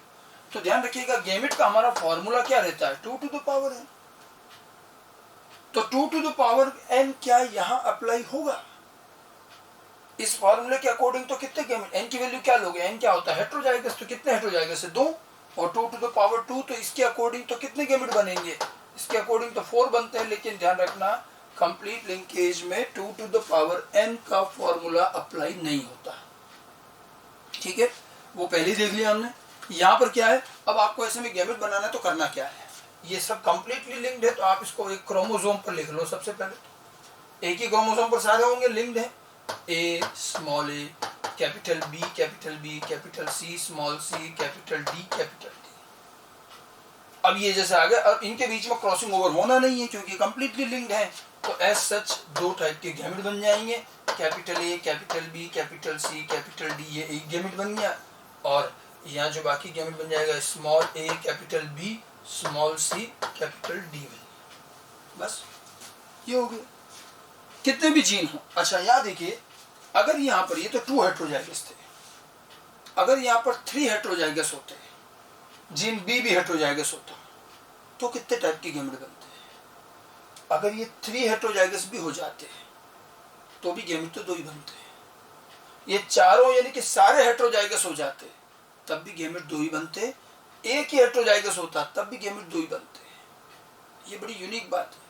हाँ, चारों होमोजाइगस हो जाते तो कितने गैमेट बनते। अगर चारों होमोजाइगस है तब तो केवल एक ही टाइप का गैमेट बनता। कर लो सबको होमोजाइगस हो, देख लो दोनों गैमेट एक जैसे बने तो वो एक ही टाइप का गैमेट बना। ठीक है, कंप्लीट लिंकेज में गैमेट फॉर्मूले से नहीं निकालने, ये ध्यान रखना है। और यहां पर अगर कंप्लीटली लिंक्ड जीन सारे होमोजाइगस हैं, ठीक है, तब तो क्या आएगा, एक ही टाइप का गैमेट बनेगा। और अगर उसके बाद अगर एक भी जीन हेट्रोजाइगस है, चाहे 2 जीन हेट्रोजाइगस है या और भी सारे हेट्रोजाइगस है, तब भी गैमेट 2 बनेंगे और 2 से ज्यादा कभी नहीं बनेंगे। ये सब बातें किसकी कर रहे हैं अपन, कंप्लीट लिंकेज की। तो कंप्लीट लिंकेज में 2 से ज्यादा गैमेट ही नहीं बनता। एक भी तब बनेगा जब सारे होमोजाइगस, अदरवाइज 2 ही गैमेट बनेंगे। और अब आपको कोई पूछे कि भाई कंप्लीट लिंकेज में हमेशा 3:1, 1:1 फिक्स रेशो क्यों आता है, क्योंकि उसमें गैमेट ही 2 ही बनते हैं। और जब तक गैमेट 2 बनेंगे तो रेशो भी तो फिक्स आएगा। ठीक है, ये मैंने आपको बातचीत बताई कंप्लीट लिंकेज के बारे में कि अगर जीन के बीच में कंप्लीट लिंकेज होता है, ठीक है, अगर जीन कंप्लीटली लिंक्ड हैं तो रेशो भी फिक्स देंगे मोनोहाइब्रिड की तरह, गैमेट भी सिर्फ 2 ही बनेंगे, फॉर्मूला नहीं अप्लाई होगा यहाँ। ये कंप्लीट लिंकेज की बातें ध्यान रखिएगा। लेकिन इन सब चीज़ों से पहले एक चीज़ आपको ध्यान रखनी है कि कंप्लीट लिंकेज जो है वो बहुत रेयर केस है और ये केवल तब होगा जबकि बिल्कुल क्रॉसिंग ओवर नहीं, और इसको कंसिडर करना बहुत रेयर है। जहाँ हजारों सेल में मियोसिस हो रहा है उनमें हम कोशिश कर रहे हैं, हम ये चाह रहे हैं कि एक भी सेल में इन दोनों में क्रॉसिंग ओवर नहीं, तो ये चीज़ बहुत रेयर होती है, बहुत रेयर केस में मिलेगा। लेकिन जब मिलेगा फिर रिजल्ट फिक्स आएंगे, रिकॉम्बिनेशन जरा भी नहीं आएगा। ठीक है, अब बात करते हैं इनकम्प्लीट लिंकेज की। ये तो कंप्लीट की बात हो गई। इनकम्प्लीट लिंकेज जो हमने दोनों का कंपैरिजन बताया था आपको, ये रहा। इस कंपैरिजन में हमने ये कहा था कि ये ज्यादा कॉमन है, थोड़ी बहुत सेल में तो क्रॉसिंग ओवर हो ही जाता है, तो थोड़ा बहुत रिकॉम्बिनेशन आएगा, बाकी पेरेंटली ज्यादा होगा। ठीक है, इसलिए थोड़ा बहुत रिकॉम्बिनेशन आएगा। और यहाँ भी हम बता रहे हैं कि रिकॉम्बिनेशन कम ही आएगा, ज्यादा भी अगर बहुत सोच लें तो भी ज्यादा से ज्यादा कितना आएगा, 50%, उससे ज्यादा नहीं। और वो भी तब जब क्रॉसिंग ओवर मैक्सिमम हो तब जाके 50% आए। इनकम्प्लीट लिंकेज ज्यादा कॉमन है, इसको जरा समझा जाए। इसमें इस तरह के रेशो नहीं आएंगे जो नॉर्मली आते हैं, ठीक है, या कंप्लीट लिंकेज में आए, ऐसा कुछ नहीं आएगा। थोड़ा सा पहले तो हम इसकी कंडीशन फिर से समझ लें। ठीक है, एक एग्जांपल लेते हैं, चलिए उससे समझिएगा। थोड़ा मैथमेटिकली कैलकुलेट करते हैं मोर पेरेंटल लेस रिकॉम्बिनेंट कैसे और मैक्सिमम 50 क्यों, इस चीज को भी थोड़ा समझा जाए। सपोज एक ऑर्गेनिज्म के अंदर 100 सेल में मियोसिस हो रहा है, गैमेट बन रहा है। मैंने इस सिर्फ इमेजिन किया है, कभी 100 में नहीं, ये हजारों में होता है। अपन मान लेते हैं 100 में हो रहा है। 100 सेल में मियोसिस होकर के गैमेट बन रहे हैं। और आपको भी पता है कि जब 100 सेल में मियोसिस होगा तो गैमेट कितने बनेंगे, 1 से 4 बनते हैं मियोसिस में, तो 100 से 400 बनते हैं। ठीक है, हम एक हाइपोथेटिकल सिचुएशन में समझना चाह रहे हैं। 100 सेल में मियोसिस, 400 गैमेट बनेंगे। और हमने अपनी स्टडी में ये 2 जीन ले लिए, ए और बी, तो हम केवल इन 2 की बात कर रहे हैं, बाकी किसी जीन से हमें मतलब नहीं। ठीक है, अब मान लो उन 100 के 100 सेल में जब मियोसिस हो रहा है, जीन ए और बी की स्टडी हो रही है, अगर उन 100 के 100 सेल में ए और बी जीन में किसी में क्रॉसिंग ओवर नहीं हुआ तो लिंकेज कौन सा, ऑब्वियस सी बात है, कंप्लीट। कि 100 की 100 सारी सेल में ए और बी में क्रॉसिंग ओवर ही नहीं हुआ, और जगह होता रहा दूसरे जीन में, ठीक है, तो कंप्लीट लिंकेज है, ठीक है। तब भी टोटल गैमेट कितने बनेंगे, 100 से तो 400 ही बनेंगे ना, काउंटिंग करते चलेंगे, चाहे ए और बी में क्रॉसिंग ओवर नहीं हो तो अभी गैमेट तो 400 ही बनेंगे टोटल काउंटिंग। कितने टाइप के बनेंगे वो 400 गैमेट, कितने टाइप के बनेंगे, जो हमने इसके आगे की जो कंडीशन लिखी है कि अगर ये केस होता है 100 सेल है, टोटल 400 गैमेट बना रही, लेकिन एक में भी ए और बी में क्रॉसिंग ओवर नहीं हुआ, तो ये हुआ कंप्लीट लिंकेज। गैमेट कितने टाइप के बनेंगे, 2 ही टाइप बनेंगे। तो जो टोटल 400 आ रहा है, 200 ये बनेंगे, 200 ये बनेंगे, फिर आप क्रॉस कर लो 1:1 आएगा, जो भी रेशियो आएगा। तो ये तो कंप्लीट लिंकेज हुआ, जस्ट एक एग्जांपल के तौर पर समझने की बात करें, तो ये तो हम वैसे बता चुके। अब बात करते हैं इनकम्प्लीट की। सपोज उन 100 सेल में से हमें मालूम चला कि 90 सेल्स में ए और बी में क्रॉसिंग ओवर नहीं हुआ, किसी और जीन में हुआ है, लेकिन 100 में से 10 सेल्स ऐसी मिली जिनमें ए और बी में क्रॉसिंग ओवर हो गया। 100 में से 10 सेल में हुआ, 90 में नहीं हुआ। पहले क्या कहा था हमने कि 100 के 100 में नहीं हुआ, विच इज वेरी रेयर। ज्यादा कॉमन ये है कि 100 में से थोड़ी बहुत सेल में तो हो जाएगा, मान लो 10 सेल में हो गया, बाकी में नहीं हुआ। 100 की 100 सेल में नहीं होना ये रेयर है, ठीक है। अब अगर 10 सेल में तो क्रॉसिंग ओवर हुआ है, 90 में नहीं हुआ है, तो सर हम गैमेट का कंडीशन देखें कैसे बनेंगे। टोटल गैमेट कितने बनेंगे, 100 में मियोसिस कर रहे हो तो 400 ही बनेंगे, वो तो 400 बनेंगे। अब जरा मुझे बताइए 90 सेल्स में अगर ए और बी में क्रॉसिंग ओवर नहीं हो रहा, 90 सेल्स बनाएंगे टोटल 360 गैमेट्स। क्लियर, कितने टाइप के बनेंगे। अगर इनमें क्रॉसिंग ओवर नहीं हो तो क्या होगा, क्रॉसिंग ओवर नहीं होने पर तो ये 2 ही टाइप बनेंगे, कैपिटल ए बी और स्मॉल ए बी। तो जिस सेल में क्रॉसिंग ओवर नहीं हो रहा होगा 90 सेल से, वो 360 गैमेट बनाएंगे टोटल, लेकिन वो बनेंगे 2 ही टाइप, ये यूं कहीं अलग हो जाएंगे, 9 कोई क्रॉसिंग ओवर नहीं 90 में, तो वो 360 गैमेट 2 टाइप के बनेंगे और बिल्कुल बराबर बनेंगे 180। ये पेरेंटल हुए या कोई रिकॉम्बिनेंट कुछ नया आया है, ये तो जैसे पेरेंट में थे वैसे है, जैसे इधर की बात कर रहे हैं वही हुआ। तो 90 सेल्स के 360 गैमेट तो पेरेंटल टाइप के हैं, 2 ही टाइप के हैं, इनको अलग रख लो, यहाँ नया कुछ नहीं। अब हमें पता है कि 10 सेल्स में तो क्रॉसिंग ओवर हुआ है, 10 सेल्स अगर क्रॉसिंग ओवर करते, अब जैसे इसमें अगर हम क्रॉसिंग ओवर करेंगे तो क्या होगा, क्रॉसिंग ओवर करा हमने तो एक्सचेंज होगा, एक्सचेंज होगा तो 2 गैमेट और बनेंगे, capital A small B, small A capital B. ये दोनों जो हैं ये बने ड्यू टू क्रॉसिंग ओवर, ये क्रॉसिंग ओवर से बने, और ये दोनों जो हैं due to no crossing over, कोई क्रॉसिंग ओवर नहीं, ठीक है। अब ये दोनों गैमेट तब बनेंगे जब क्रॉसिंग ओवर हो रहा है, और हमने कहा क्रॉसिंग ओवर किसके बीच में हुआ है, 10 सेल्स में। मेरा आपसे सवाल अब सुनिए और जरा सोचिएगा, 10 सेल्स में जब मियोसिस करोगे तो टोटल 40 गैमेट बनेंगे। मेरा आपसे सवाल यह कि वो जो 10 सेल्स हैं जो 40 गैमेट बना रही है और जिनमें ए और बी में क्रॉसिंग ओवर हुआ है, उसके गैमेट कितने टाइप के बनेंगे। 90 सेल्स जिनमें नहीं हुआ था 360 गैमेट, ये 2 टाइप थे, ठीक है। 10 सेल्स जिसमें 40 गैमेट बन रहे हैं, उसमें क्रॉसिंग ओवर हो रहा है, हमें पता है, तो कितने टाइप की गैमेट बनाएंगी, ये 2 टाइप या 4 टाइप, 2 टाइप बनेंगे या 4 टाइप बनेंगे। अब ये बात समझ में आनी चाहिए, और अक्सर कईयों के दिमाग में ये आएगा कि साहब 2 ही बनेंगे, क्रॉसिंग ओवर से ये 2 बन रहे हैं। गलत। अगर आपके दिमाग में ये आएगा कि 10 सेल्स में जिसमें कि ए और बी में क्रॉसिंग ओवर हुआ, वो केवल ये 2 टाइप के गैमेट बनाएंगी, तो गलत, वो 4 टाइप के गैमेट बनाएंगी। इसके लिए आपको थोड़ा क्रॉसिंग ओवर परफेक्टली आना चाहिए। मैंने पिछले जब लिंकेज थ्योरी पढ़ाई तो वहाँ मैंने इसलिए क्रॉसिंग ओवर समझाया था। और देखिए क्रॉसिंग ओवर का प्रोसेस, बाइवेलेंट बनता है, फिर टेट्राड बनता है, याद है। और उस समय क्या कहा था, टेट्राड में जब क्रॉसिंग ओवर होता है तो वो कोइलिंग होती है, निकिंग, एक्सचेंज, एनीलिंग, सब याद है। और उस समय एक चीज कही गई थी कि out of the 4 chromatid usually any 2 undergo coiling, 4 में से 2 में एक्सचेंज होता है। एक ही लोकस के लिए, एक ही जीन के लिए चारों के चारों में एक्सचेंज नहीं होता। जैसे अगर मैं इसको क्रोमोसोम वाइज बनाते, देखो ऐसे बनाऊं, ये capital A, capital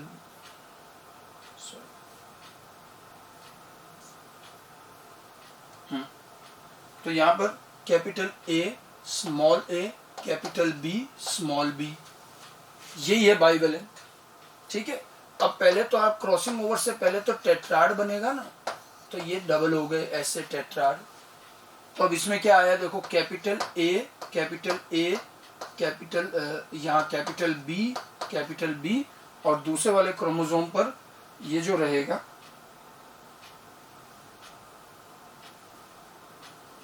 small A small B. अब हमने क्या कहा था कि एक्सचेंज जो होता है, एक्सचेंज किसी दो में, तो मान लो इन दोनों में एक्सचेंज हो गया, चार में से कोई भी दो में कर लो, किसी भी दो में, हमने इन दोनों में कर लिया, तो एक्सचेंज के बाद की कंडीशन क्या रहेगी? इसके बाद की अगर मैं कंडीशन देखूं, अब क्या रहा, ये कैपिटल ए कैपिटल बी, तो यही है, इधर यहां पर कैपिटल ए और उधर से एक्सचेंज हो गया तो स्मॉल बी आ गया। ठीक है, इधर क्या रहा, यहाँ small A capital B small A small B, कुछ भी नहीं है, एक को एक्सचेंज कर लिया हमने चार। Out of the four any two chromatid undergo crossing over, तो इन दोनों को एक्सचेंज कर लिया। अब आप क्या देखो क्या होगा, या मियोसिस जब कंप्लीट होगा तो पहले ये दोनों अलग हो जाएंगे, तो ये दोनों अलग हुए तो देखो क्या क्या रहा। अब इस इन दोनों में जीन कौन कौन से आया, इधर से क्या आया, ये कैपिटल ए कैपिटल बी, इसमें क्या है capital A small A capital B small A small B. ठीक है, ये दो सेल बन गई हमारी। लेकिन मियोसिस यहाँ नहीं रुकता, ये तो मियोसिस 1 होता है। अब जब तक मियोसिस का परफेक्ट आइडिया नहीं है तब तक दिक्कत हमेशा रहेगी लिंकेज में, मैं 2 दिन से कहता रहा। ठीक है, मियोसिस अच्छे से आना चाहिए, क्रोमोसोम कैसे पेयरिंग कैसे अलग हुए। मियोसिस 1 में तो यहां तक हुआ, अब आगे का जो क्रॉस होगा वो मियोसिस 2 होगा। तो अब इतना तो समझ सकते हो, मियोसिस 2 तो माइटोसिस होता है। तो हम क्या करेंगे, यहां से अलग करेंगे इसको। अब ये दोनों अलग हो जाएंगे तो देखो एक गैमेट तो क्या बना इसमें, यहाँ क्या बनेगा, ये कैपिटल ए कैपिटल बी आया कि नहीं आया, इधर क्या आएगा फिर capital A small A capital B small A small B हो जाएगा। यही तो 4 आ रहे हैं और कुछ भी नहीं है। मेरा कहने का मतलब यह है कि जिस सेल में क्रॉसिंग ओवर हुआ वो हमेशा चारों टाइप के बनाएगी, उसमें 2 पेरेंटल भी बनेंगे और 2 रिकॉम्बिनेंट भी बनेंगे, क्योंकि 4 क्रोमेटिड हैं, एक्सचेंज 2 में हुआ तो 2 क्रोमेटिड तो अनटच्ड है, तो ये 2 क्रोमेटिड तो यूं कहीं चलेंगे, तो ये 2 तो क्या बना देंगे पेरेंटल और 2 रिकॉम्बिनेंट। मतलब 10 सेल्स में अगर आप क्रॉसिंग ओवर करा रहे हो, 10 सेल के 40 गैमेट बन रहे हैं, तो उसमें रिकॉम्बिनेंट कितने, तो रिकॉम्बिनेंट केवल 20 आएंगे, 20 फिर पेरेंटल आएंगे। अब आपके पास में पहले से पेरेंटल कितने पड़े हुए हैं 360, 20 और हो गए तो 380 हो गए। 400 में से 380 तो क्या हो गए पेरेंटल टाइप के गैमेट, और केवल 20 गैमेट है जो रिकॉम्बिनेंट टाइप के हैं। ठीक है, और इसीलिए ध्यान रखना ये जो गैमेट होते हैं ये बहुत कम होते हैं, दे आर वेरी लेस, और ये बहुत ज्यादा होते हैं, ये बहुत कम है और ये बहुत ज्यादा है। हमारे इस एग्जांपल में अगर मैं देखूं 400 गैमेट्स में से ये दोनों तो सिर्फ कितने बने 20, और ये दोनों कितने हैं 380, क्योंकि हमारा कंडीशन क्या थी कि 100 में से 90 सेल में क्रॉसिंग ओवर नहीं हुआ, 10 में ही हुआ। अब आप देखिए जितनी सेल में क्रॉसिंग ओवर नहीं होता वो तो पेरेंटली बनाती है, तो वैसे ज्यादा बनेंगी। अच्छा, जिन बाकी सेल में क्रॉसिंग ओवर हो भी रहा है तो उसमें जो गैमेट बन रहे हैं उसमें से भी आधे पेरेंटल बनते हैं फिर, इसलिए पेरेंटल गैमेट बहुत ज्यादा हो जाते हैं और रिकॉम्बिनेंट बहुत कम। और मैंने क्या कहा था, जिस प्रपोर्शन में गैमेट बनेंगे उसी प्रपोर्शन में टेस्ट कॉस्ट में रिजल्ट आएगा। यहाँ 4 गैमेट बन रहे थे, इक्वल प्रपोर्शन बन रहे थे, रेशो 1:1:1। यहाँ 2 गैमेट बन रहे लेकिन इक्वल प्रपोर्शन में रेशो 1:1। लेकिन यहाँ गैमेट 4 बन रहे लेकिन प्रपोर्शन इक्वल नहीं है, 2 बहुत कम है। 400 में से अगर 20 के हैं 5%, तो ये दोनों तो 5% है और ये दोनों कितने 95%। अब आप इसका टेस्ट कॉस्ट करो तो गारंटी से जिस प्रोपोर्शन में गैमेट बने उसी प्रोपोर्शन में रिजल्ट आएगा।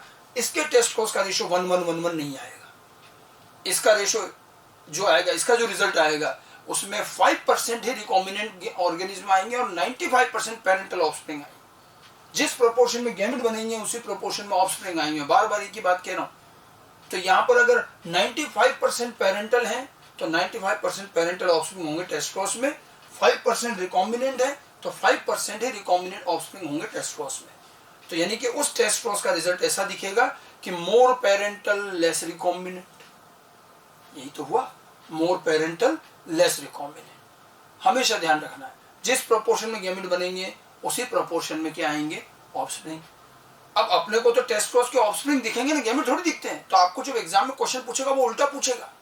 एग्जाम में जो क्वेश्चन पूछा जाएगा उसमें यही आएगा, जैसे पूछेंगे suppose in a test cross we have observed 10% recombinant offspring. In a test cross we are observing 10% recombinant offspring, then find out the percentage of recombinant gametes. तो कितने हो जाएंगे? अगर टेस्ट क्रॉस में 10% recombinant offspring है तो 10% recombinant gamete बनेंगे, मतलब 90% पेरेंटल बनेंगे। ठीक है, तो ये एक लीनियर रिलेशन ध्यान रखना है। और इसीलिए जब हमने ये कंपेयर किया था इनमें तो हमने लिखा है कि मोर पेरेंटल लेस रिकॉम्बिनेंट। तो ये समझ में आना चाहिए कि यहाँ पर सारी सेल में क्रॉसिंग ओवर नहीं होगा, थोड़ी बहुत सेल में होगा, बाकियों में नहीं होगा।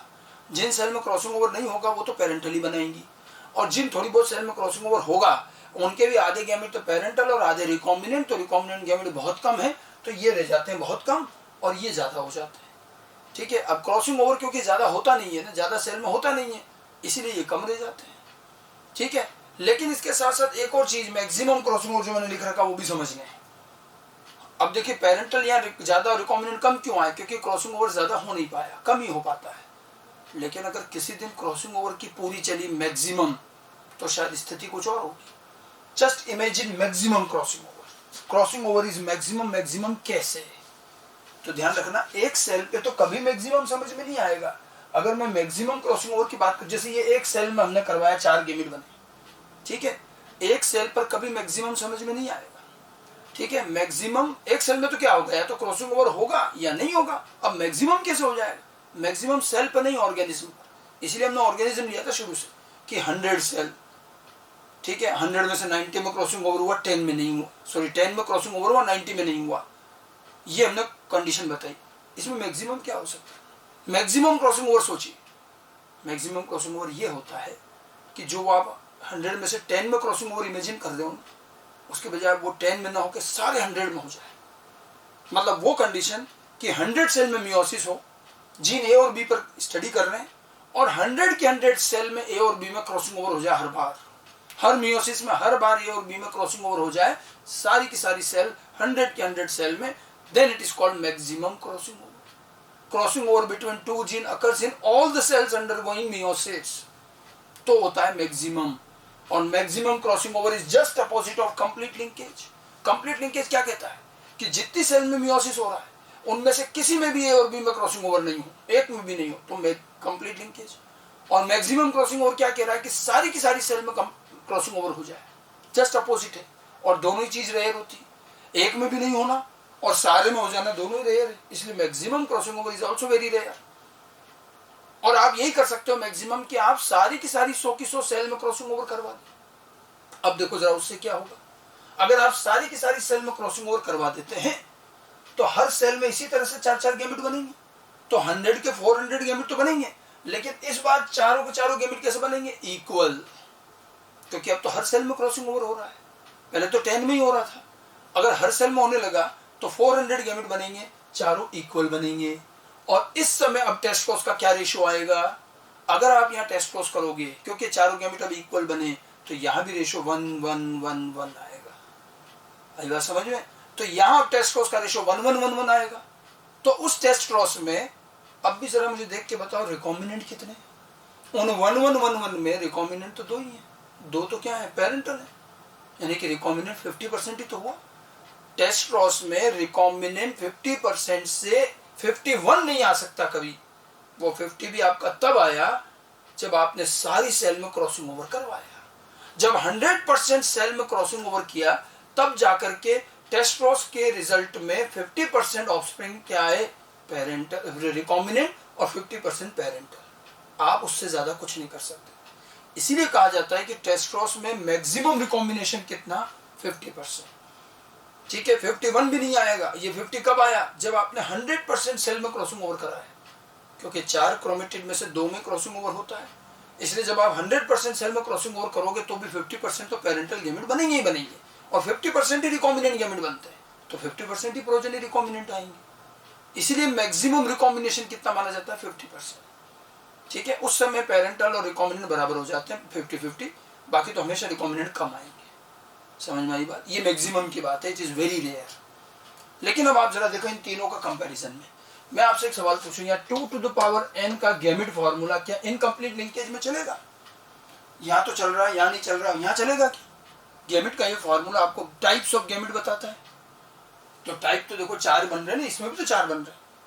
तो ध्यान रखना, इनकम्प्लीट लिंकेज में फॉर्मूला बिल्कुल चलेगा, यहाँ फॉर्मूला बिल्कुल चलेगा। गैमेट तो 4 ही टाइप बन रहे हैं। आप देखो जरा, असॉर्टमेंट से अगर मैं कंप्लीट लिंकेज का कंपैरिजन करूं तो यहाँ 4 से गैमेट ही 2 रह गए, तो इसका तो रिजल्ट ही अलग आ गया।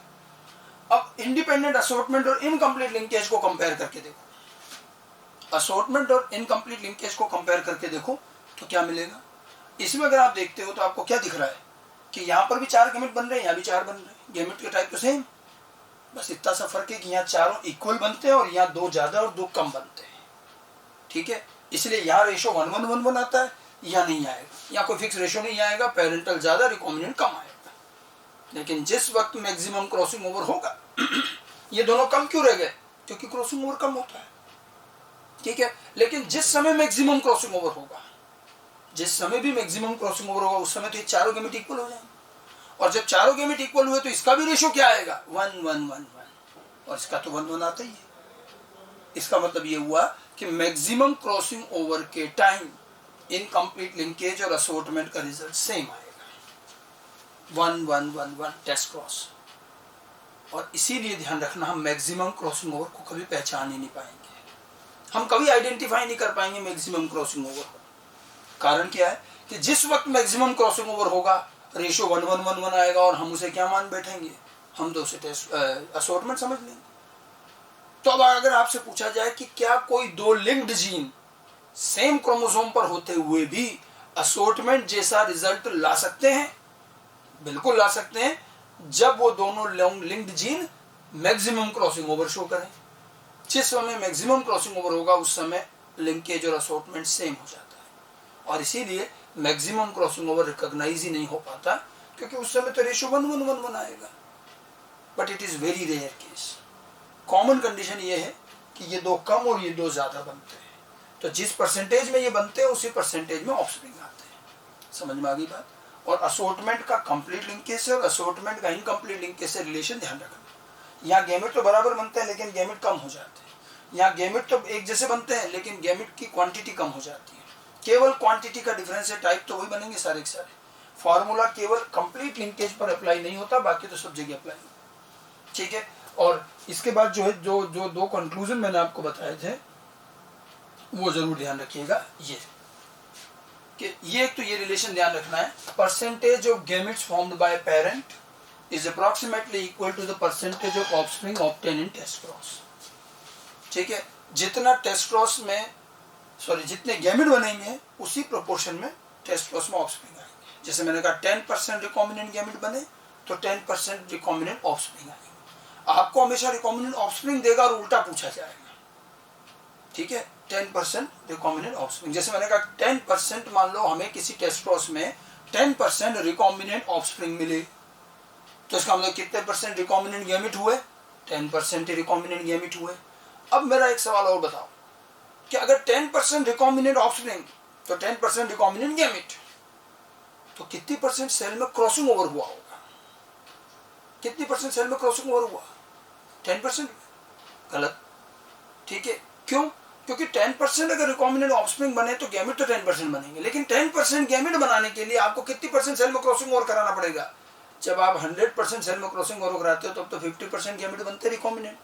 तो 10% रिकॉम्बिनेंट गैमेट बनाने के लिए 20% सेल में क्रॉसिंग ओवर होगा। तो सेल पूछा जाए तो डबल करना है कि अगर 10% रिकॉम्बिनेंट गैमेट है तो कितनी परसेंट सेल में क्रॉसिंग ओवर हुआ? 20%। 20% में क्रॉसिंग ओवर करोगे तब 10%, आधे ही बनते हैं। ठीक है, और 10% रिकॉम्बिनेंट ऑफ गैमेट तो 10% रिकॉम्बिनेंट ऑफस्प्रिंग, वो बराबर बनेंगे। तो एक तो ये रिलेशन गैमेट परसेंटेज पर काफी क्वेश्चन आ चुके हैं, मैं अभी क्वेश्चन बताऊंगा अभी से आगे, तो ये ध्यान रखना है कैसे निकालना है। और दूसरा एक मैक्सिमम क्रॉसिंग ओवर की ये कंडीशन कि प्रॉपरली आप भी ध्यान रखिएगा, लिख लीजिएगा कि in case of maximum crossing over between 2 genes occurs in all the cells undergoing meiosis, कि यानी कि सारी की सारी सेल जिसमें भी meiosis हो रहा है, यानी कि 100% crossing over. Crossing over between two genes occurs in all the cell, 100% crossing over. Even in this condition, only 50% offsprings are recombinant in a test cross. ऐसा होने के बाद भी टेस्ट क्रॉस में 50% ऑफस्प्रिंग ही तो रिकॉम्बिनेंट आते हैं. Only 50% offsprings are recombinant, ठीक है. And thus the maximum limit of recombination in a test cross is 50%. Maximum limit कितनी आएगी? 50%. तो maximum crossing over 50%, maximum recombination 50%. Maximum crossing over मत बोला, क्रॉसिंग ओवर तो 100 होता है. 100% सेल में क्रॉसिंग ओवर प्रोसेस है और रिकॉम्बिनेशन रिजल्ट है. तो प्रोसेस तो 100% सेल में हुआ, लेकिन रिजल्ट 50% ही आएगा. ये तो मैक्सिमम है.